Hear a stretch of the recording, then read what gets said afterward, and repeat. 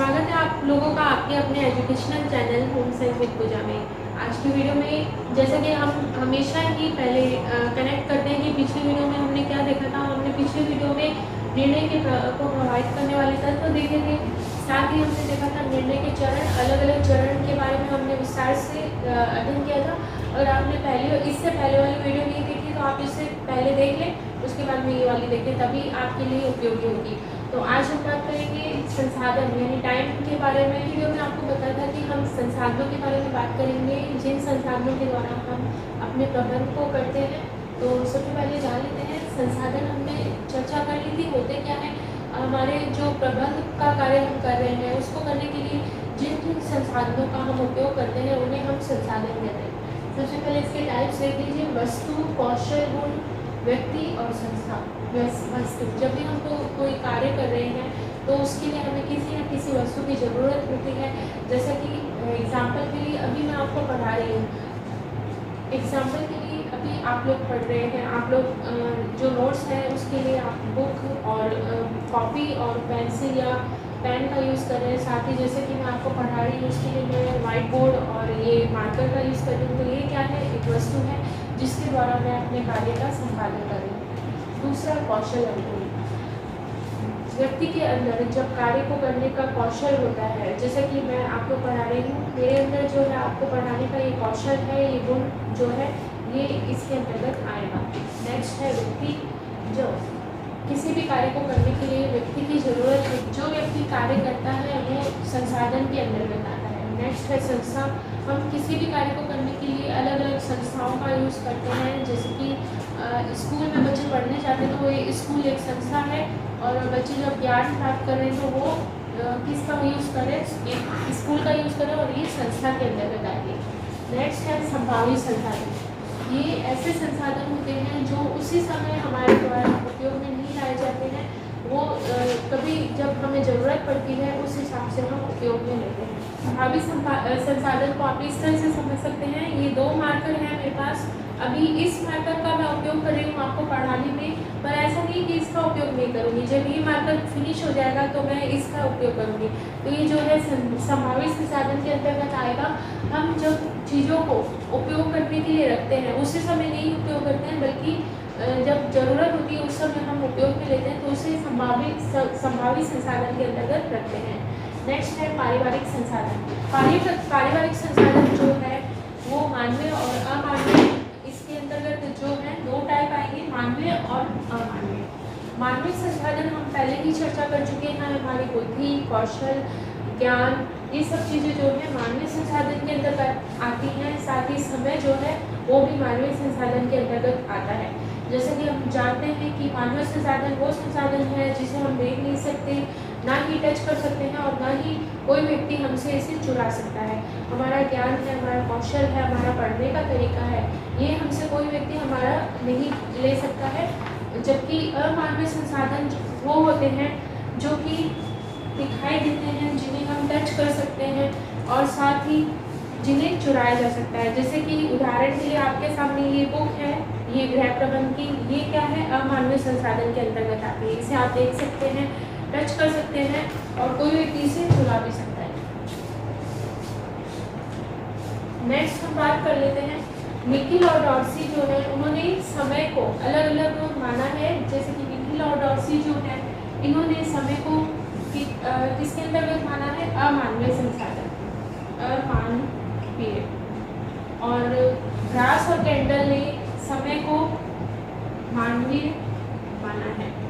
तो ये जो है कई बार एग्जाम में रिपीट हुआ हुआ क्वेश्चन है, आप इसे नोट डाउन कर लीजिए, जरूरी है ये। और नेट के जो पेपर अगर आप उठा के देखेंगे तो उसमें भी आपको ये क्वेश्चन मिल जाएगा। इसमें निखिल और डॉर्सी इन्होंने समय को क्या माना है, मानवीय, और ग्रास और कैंडल ने समय को, निखिल और डॉर्सी ने अमानवीय माना है और ग्रास और कैंडल ने मानवीय माना है। तो अब बात कर लेते हैं प्राकृतिक संसाधनों के बारे में, नवीकरणीय और अनवीकरणीय। नवीकरणीय जिन्हें दोबारा से बनाया जा सकता है, जैसे कि जल, इसके अंतर्गत आएगा जल, सूर्य और हवा।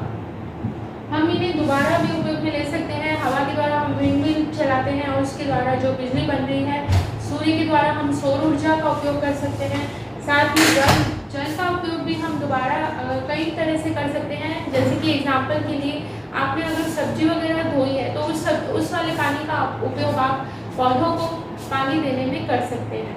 नेक्स्ट हम बात कर लेते हैं अनवीकरणीय संसाधन के बारे में। ऐसे संसाधन जो एक बार उपयोग करने के बाद पुनः उपयोग में नहीं लिए जा सकते, जैसे कि सौर ऊर्जा है, जल विद्युत है, पवन ऊर्जा है, ये जो है सीमित होते हैं और इन्हें पुनः उपयोग में नहीं लिया जा सकता। वहीं पर जल, सूर्य, हवा ये पुनः हमेशा बनते रहते हैं और इन्हें दोबारा से उपयोग में लिया जा सकता है। सामुदायिक नवीकरणीय के अंतर्गत क्या क्या चीजें आ जाएंगी? सौर ऊर्जा, साथ ही क्या आ जाएगा आपका बायोमास।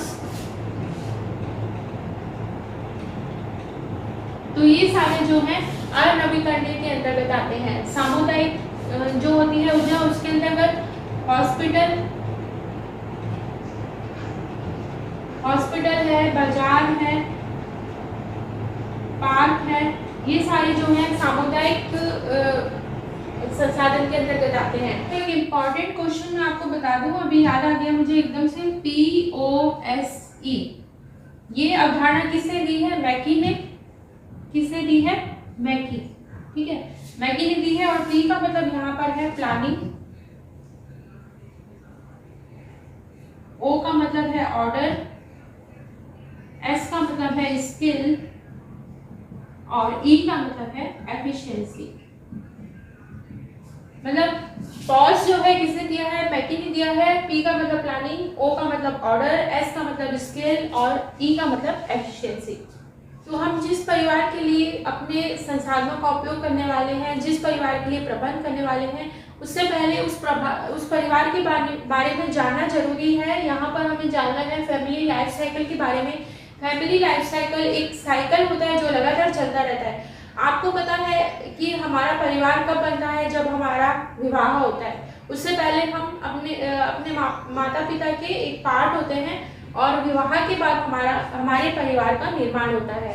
तो इसके अंतर्गत 3 अवस्थाएं आएंगी फैमिली लाइफ साइकिल के अंतर्गत। इसमें सबसे पहले है प्रारंभिक अवस्था। इसमें जो है 2 अनजान लोग आपस में मिलते हैं और समायोजन करते हैं। तो ये कौन सी अवस्था मानी जाती है? समायोजन की अवस्था, समायोजन। साथ ही ये स्थापत्य काल की अवस्था भी मानी जाएगी, स्थापत्य अवस्था। ठीक है, ये समायोजन की अवस्था मानी जाएगी, साथ ही स्थापत्य अवस्था भी मानी जाएगी। स्थापत्य इस तरह से मानी जाएगी क्योंकि प्रारंभिक अवस्था में ही 2 लोग आपस में मिलते हैं, विवाह करते हैं, इससे इनके परिवार की स्थापना होती है, इसलिए इसे स्थापत्य अवस्था कहते हैं। समायोजन इसलिए कहेंगे क्योंकि 2 अनजान व्यक्ति होते हैं और वो आपस में समायोजन करते हैं। कुछ जो लड़का है उस लड़की की आदतों को एडजस्ट करता है और लड़की लड़के की आदत को एडजस्ट करती है। तो इस तरह से उनमें एडजस्टमेंट चलती रहती है और ये अवस्था प्रारंभिक अवस्था कहलाती है। और इसमें जो है समय, धन और ऊर्जा, ये तीनों ही चीजें कम लगती है। ग्रहण के बाद बहुत सारा समय होता है और ये आपस में समायोजन करते रहते हैं। नेक्स्ट अवस्था है विस्तार की अवस्था। विस्तार की अवस्था बहुत दीर्घकालिक तक चलने वाली अवस्था होती है और ये बड़े बेटे की बड़ा जो बेटा होता है घर में, उसकी शादी तक ये अवस्था चलती है, जब तक कि वो उसकी नौकरी लग गई और उसकी शादी हो गई, उसके बाद तक ये अवस्था चलती रहती है। और इसमें जो है समय, धन, शक्ति, तीनों ही चीजें अधिक व्यय होती है। समय, धन, शक्ति, ये तीनों ही चीजें अधिक व्यय होती हैं और ये एक दीर्घकालीन तक चलने वाली अवस्था है, दीर्घकालीन अवस्था, क्योंकि ये काफी लंबे समय तक चलती है और अपने लाइफ साइकिल हमारा, उसमें सबसे लंबी अवस्था यही कहलाती है। इसके बाद है संकुचित अवस्था। संकुचित अवस्था में अवस्था जो है छोटे बच्चे की नौकरी में लगने और उसके विवाह तक चलती है और इसमें भी अब जो है पति पत्नी दोनों के ही पास समय खूब होता है, दोनों के बच्चे एडजस्ट हो जाते हैं, दोनों बच्चे सेटल हो जाते हैं, शादी और नौकरी करने के बाद वो एडजस्ट हो जाते हैं, पति पत्नी दोनों ही अकेले रह जाते हैं और उनके पास समय, धन, शक्ति इन तीनों की बहुत ज़्यादा अधिकता रहती है। और जो दीर्घ संकुचित अवस्था है इसे हम खाली घोंसले की अवस्था भी कहते हैं। खाली घोंसले की अवस्था, इसको हम खाली घोंसले की अवस्था क्यों कहते हैं? क्योंकि प्रथम अवस्था में जब पति पत्नी आपस में समायोजित हुए, उन्होंने बनाए थे, उस समय ये 2 थे। फिर आई हमारी विस्तार की अवस्था, इसमें ये 2 से 4 हुए और इन्होंने अपने बच्चों का पालन पोषण किया, उन्हें नौकरी लगाया, उनकी शिक्षा दीक्षा की नौकरी लगाया, उनका विवाह किया। उसके बाद में ये लोग जो एडजस्ट हो गए, अपने अलग अलग हो गए, अपनी शादी करके लड़की अलग चली गई, लड़का जो है दूसरी जगह शिफ्ट हो गया। तो ये लास्ट जो अवस्था होती है, संकुचित अवस्था होती है, इसमें पति पत्नी दोनों ही अकेले रह जाते हैं। इसी वजह से इसे खाली घोंसले की अवस्था कहते हैं। यहाँ पर 2 चीजें महत्वपूर्ण हैं जानने वाली। जो राउडरी हैं, राउडरी, इन्होंने फैमिली लाइफ साइकिल की अवधारणा दी है। फैमिली लाइफ साइकिल की अवधारणा, ठीक है, अवधारणा किसने दी है? राउडरी ने दी है।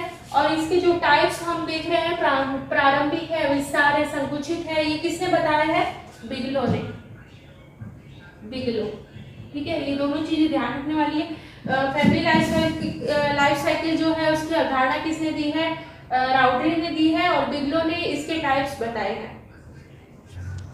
अब हम जब भी कोई कार्य कर रहे हैं, कोई भी प्रबंध कर रहे हैं, तो उस समय हमें धन, शक्ति और ऊर्जा, ये तीनों चीजें चाहिए, हम जान चुके हैं। तो इनका प्रबंध हमें किस तरह से करना चाहिए, इससे हमें जानना है। सबसे पहले यहाँ पर आएगा धन प्रबंध, समय प्रबंध और शक्ति प्रबंध। शक्ति प्रबंध, जब भी हम कोई कार्य कर रहे हैं तो हमें इन तीनों संसाधनों की आवश्यकता होती है। किस तरह से प्लान करना है, किस तरह से इनका प्रबंधन करना है कि हमारा कम से कम शक्ति, समय और धन लगे और अधिक से अधिक हमारे समय का यूज हो और हम अधिक से अधिक कार्य करें। गृह प्रबंधन का एक सिद्धांत ये भी है कि हम जब समय, धन, समय और शक्ति, ये तीनों ही चीजें जब हम कम यूज करें और अधिक क्या हो, हमारा कार्य हो, है ना, कार्य हो, परंतु उसकी क्वालिटी में कमी ना आए, में कमी ना आए।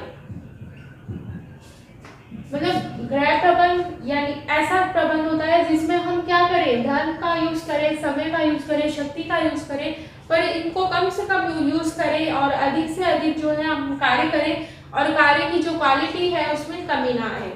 इसके बाद हम बात करते हैं इनका व्यवस्थापन हमें किस तरह से करना चाहिए। समय, धन और ये तीनों संसाधन है, इनका व्यवस्थापन, सबसे की योजना हमें किस तरह से बनानी चाहिए। सबसे पहले सूची, एक सूची बनानी है हमें। उसके बाद में हम क्या करेंगे, अनुमान लगाएंगे। उसके बाद संतुलन और उसके बाद लास्ट में हम क्या करेंगे, योजना को क्रियान्वित करेंगे। योजना को क्रियान्वित, ठीक है, योजना को क्रियान्वित करेंगे। सबसे पहले क्या करना है, हमें कार्य की सूची बनानी है। कार्य की सूची किस तरह से, जैसे कि हमें धन प्रबंध जैसे हमें किन किन मदों में कितने कितने रुपए लगते हैं। मान लीजिए सब्जी, राशन, बिजली का बिल, अगर आप किराए के घर में रह रहे हैं तो घर का किराया, ये सब चीजें आ जाएंगी। यहाँ पर आप मान लीजिए सब्जी में कितना खर्चा, अनुमान लगाएंगे कितना खर्चा आ रहा है पर मंथ जो है, मान लीजिए आप 1000 रुपीज, और राशन जो है लगभग 15,000 का आ रहा है। बिजली का बिल भी 15,000 और मकान का किराया लगभग 10,000। तो कितने हो गए 15 15 30 और 10 कितने हो गए 40, है ना। 40 और 1 40। मान लीजिए आपकी जो सैलरी है वो 40,000 है, तो क्या हुआ आपका 1,000 एक्स्ट्रा हो गया। अब आप क्या करेंगे, इनमें से ही आपको लग रहा है एडजस्टमेंट करेंगे, इसमें क्या करेंगे आप संतुलन करेंगे।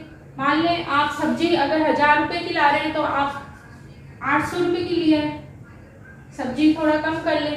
उसके बाद में राशन में थोड़ा सा जो जरूरी चीजें हमें नहीं लग रही कि ये जरूरी है तो उसे कम कर दें और हम क्या करें 14,000, ठीक है। तो इस तरह से क्या है हमारे रुपए बचाए जा सकते हैं। और उसके बाद में ये योजना बनाने के बाद ये हम संतुलन कर लेते हैं कि यहाँ यहाँ हमें जरूरत पड़ेगी, इस तरह से हम कम ही कर सकते हैं और उसके बाद में योजना का क्रियान्वयन कर देते हैं। इसी तरह से यहाँ पर समय का प्रबंधन भी इसी तरह से किया जाता है। यहाँ पर आप यही है फॉर्मेट यही रहेगा आपका। तो अब देख लेते हैं समय प्रबंधन की योजना हमें किस तरह से करनी है। जैसे कि समय हमें अब देखना है कौन कौन से सूची बनानी है पहले, जैसे कि झाड़ू पोछा, बर्तन, बच्चों की पढ़ाई, खाना, और भी आप दूसरे काम इसमें जोड़ सकते हैं जो गृहिणी लगातार करती है, कपड़े, परिवार का ध्यान, परिवार के सदस्य जो है उनका ध्यान जो रखना है वो। तो यहाँ पर हम अनुमान लेंगे हमारे पास कितने घंटे होते हैं, सभी के पास 24 घंटे होते हैं। मान लीजिए झाड़ू पोछा में 1 घंटा लगता है, बर्तन में 1 घंटा लगता है, बच्चों को पढ़ाने में 4 घंटे, खाना बनाने में 2 घंटे और कपड़े धोने में 1 घंटा, परिवार के लिए हमें चाहिए 2 घंटे। इस तरह से ये अनुमान लगा लेंगे। अगर हमें लग रहा है कि इसमें कुछ कम किया जैसा मान लो 24 घंटे से ऊपर जा रहा है अगर अनुमान जो हमारा, तो वहाँ पर इन चीज़ों को कम कर लेंगे और फिर यहाँ पर संतुलन बना लेंगे कि इसको कम करके आधा घंटा कर लो, इसको कम करके इस तरह से, और फिर उस योजना को क्रियान्वित करेंगे। इसके बाद हम बात कर लेते हैं शक्ति प्रबंधन की। सेम चीजें इसी में रहेगी शक्ति प्रबंधन में भी। इसमें भी वही झाड़ू पोछा में हमारी कितनी कैलोरी लग रही है, जैसे कि 2400 कैलोरी लग रही है मान लो कैलोरी, इसमें इतनी कैलोरी, तो हम देख लेंगे कितनी कितनी कैलोरी लग रही है। हमारे अंदर जितनी कैलोरी है उससे अगर ज्यादा कैलोरी हमारी जा रही है, शक्ति ज्यादा व्यर्थ हो रही है, तो हम उन कामों में थोड़ा सा कमी करके संतुलन कर लेंगे और फिर योजना का क्रियान्वयन करेंगे। हम बजट बनाते हैं वो भी इसी तरह से बनाते हैं। पहले हम कार्य की सूची बनाएंगे, कार्य की सूची या मद लिखेंगे। उसके बाद में क्या अपन कार्य या मद की सूची बनाएंगे, उसके बाद अनुमान लगाएंगे, उसके बाद संतुलन करेंगे और फिर में उस योजना को क्रियान्वित करेंगे। इसी तरह से होगा, कार्य का मद बना लेंगे, अनुमान लगा लेंगे कितना रहेगा, उसके बाद में संतुलन कर लेंगे, उसके बाद में योजना को क्रियान्वित करेंगे। इसके बाद हम बात करेंगे समय के निर्धारक तत्वों के बारे में। समय को 2 भागों में बांटा गया, निर्धारक और तत्व और यंत्र। सबसे पहले निर्धारक तत्व देख लेते हैं। इसमें जो है इसे 3 भागों में बांटा गया है, समय, महत्व, दूसरा समय मूल्य और समय मानक। समय महत्व, हर व्यक्ति के जीवन में समय का बहुत ज्यादा महत्व है। हर व्यक्ति के पास 24 घंटे होते हैं और इन 24 घंटे का उपयोग वह अपने सभी कार्यों को करने में करता है। कुछ व्यक्ति जो है 24 घंटे व्यर्थ कर देते हैं, जबकि कुछ व्यक्ति जो है समय का उपयोग अच्छे से करते हैं। इस तरह से समय का जो महत्व है हर व्यक्ति के लिए अलग अलग होता है। जैसे कि एक स्टूडेंट है वो अपने समय का उपयोग अच्छे से करता है, वो अपने एक भी मिनट जो है व्यर्थ नहीं करता और अच्छे से अपनी पढ़ाई करता है। इसके विपरीत जो व्यक्ति अपने कार्य पूरे कर चुका है और फ्री है बिल्कुल, तो वो क्या करेगा, कभी मोबाइल देखेगा, कभी टीवी देखेगा। इस तरह से वो क्या करेगा, अपने समय को व्यर्थ करेगा। तो समय का महत्व सभी के लिए अलग अलग होता है। सभी के लिए जो समय का मूल्य है अलग अलग होता है। सभी अपने कार्य को करने के लिए अलग अलग अपनी टेक्निक अपनाते हैं और उस हिसाब से अपने कार्य को पूरा करते हैं। समय मानक का मतलब है किसी कार्य को करने में कितना समय लग रहा है, किसी कार्य को करने में, किसी कार्य को करने में कितना समय। मान लें आप घर के साफ सफाई करें, उसमें 1 घंटा लग रहा है, ये सारे जो है समय मानक कहलाएंगे। तो अब बात कर लेते हैं टूल्स के बारे में। टाइम टूल्स कौन कौन से होते हैं? समय क्रम। समय, जब हम कोई भी कार्य कर रहे हैं तो उसका क्रम हमें पता होना चाहिए, उसका पैटर्न हमें पता होना चाहिए। जैसे कि कुछ कार्य जो है इसका क्रम किस तरह से है, क्रम, हम क्रम देख लेते हैं। जैसे कि कुछ कार्य क्या होते हैं, दैनिक करने वाले होते हैं, कुछ कार्य मासिक यानी महीने में, और कुछ कार्य जो है तिमाही, और कुछ कार्य जो है वार्षिक होते हैं। ये एक तरह का पैटर्न बना हुआ है। बात कर लेते हैं टूल ऑफ टाइम की। तो इसमें जो है सबसे पहले समय क्रम यानी समय का पैटर्न, हम कार्य को किस तरह से कर रहे हैं वो इसके अंतर्गत आता है। मान लीजिए आप घर की सफाई कर रहे हैं, तो अगर आप घर की सफाई करने से पहले डस्टिंग कर लेते हैं, उसके बाद में सफाई करते हैं, तो ये सही पैटर्न कहलाएगा।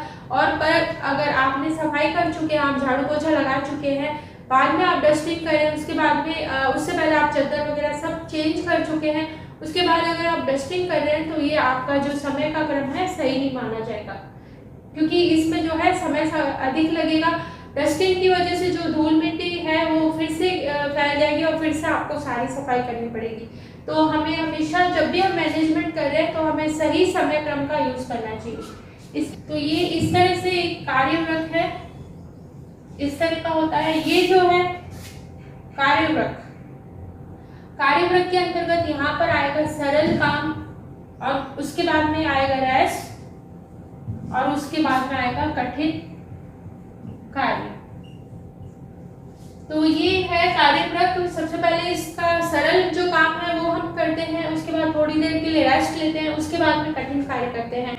एक गृहिणी का ये अगर ये कार्यवृत्त देखकर पता लगाया जा सकता है कि गृहिणी किस क्रम में कार्य कर रही है। अगर आप पढ़ रहे हैं तो उसमें आपको 2 घंटे पढ़ने के बाद में 10 मिनट का ब्रेक लेना चाहिए। इससे आपका कार्य और अधिक तेजी से होगा और आप अच्छे से उसको परफॉर्म कर पाएंगे। नेक्स्ट है समय दर्शन। समय दर्शन का मतलब है सबका समय देखने का नजरिया अलग अलग होता है। जैसे कि एग्जाम्पल के लिए जब कोई स्टूडेंट एग्जाम देने के लिए जाता है तो वो 3 घंटे किस तरह से निकल जाते हैं पता ही नहीं चलता।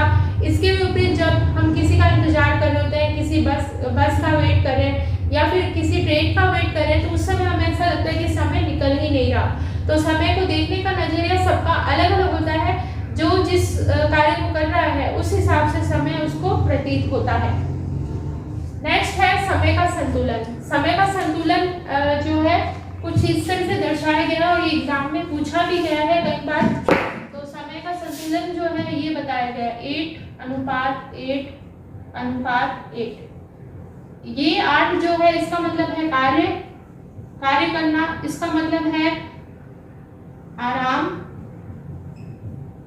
इसका मतलब है मनोरंजन।